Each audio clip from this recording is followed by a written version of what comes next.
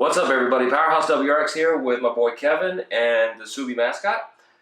Today we're going to do a video on the HKS Super Sequential 4 blow-off valve for the 2015 and up WRX. This is going to be a new part for the WRX, so we figured, what the hell, let's see about putting a video out there to help you guys out if you guys want to switch to this. So stay tuned for this, and we'll be back with the install video.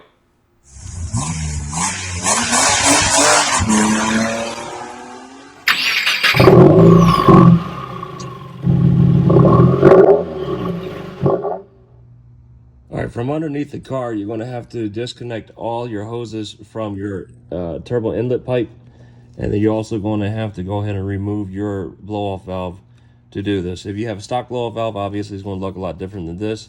This is a turbo excess recirc valve. So once you have all this removed, then we could start the installation of the HKS unit. So this isn't really a necessary step in installing the HKS blow-off, but what I did was I went ahead and removed the charge pipe and the radiator fan to allow me to work from the top and to get to my blow-off valve from there, and then that way I don't have to take everything off from underneath. All right, with the blow-off valve off, you're going to remove this entire bypass line, right? That bypass line is way down here on the opposite end, or on the back side of this one right here.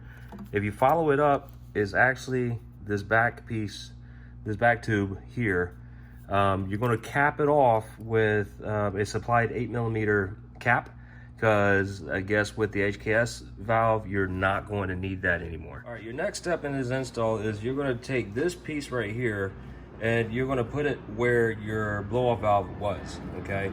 You'll notice that one end is sealed, and then you got to open in here. This side right here goes to your charge pipe, and this is going to be routed up to the blow-off valve.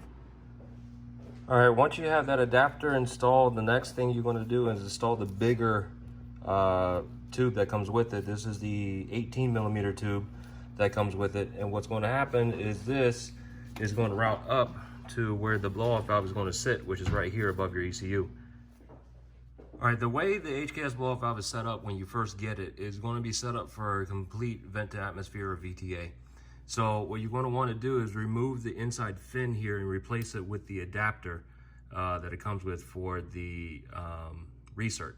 To do that, you want to remove this, that one, and this. You want to remove these bolts only. What that's going to do is going to allow you to pull this piece up, remove the fin, and then put in the recirc adapter.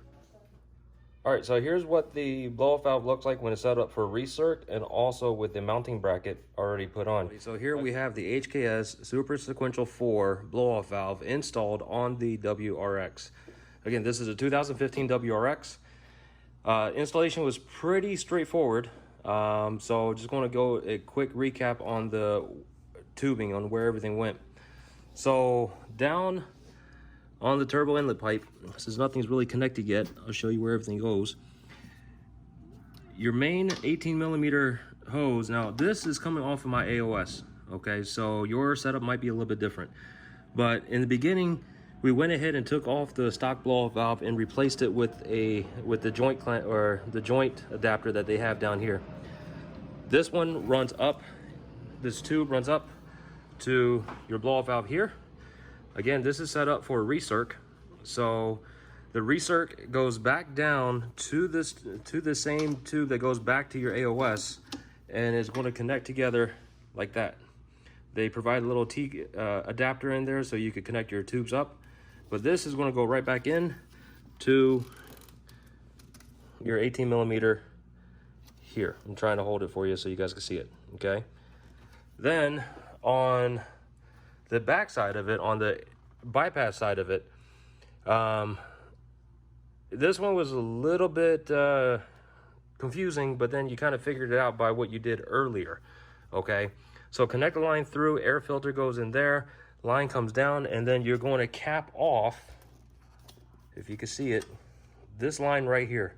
This is the opposite end of the line that you capped off down at the bottom, where the air bypass line was connected on the other blow-off. So this is going to connect right to here with another joint adapter that they give you. It's already in here. Once you got that squared away, put everything back together, and that's it. So this was relatively a easy install. Just got a little bit confusing right here, trying to determine which line it was, but if you remember what you did earlier, it's easy to figure out. So I'm going to put everything back together and see how everything sounds.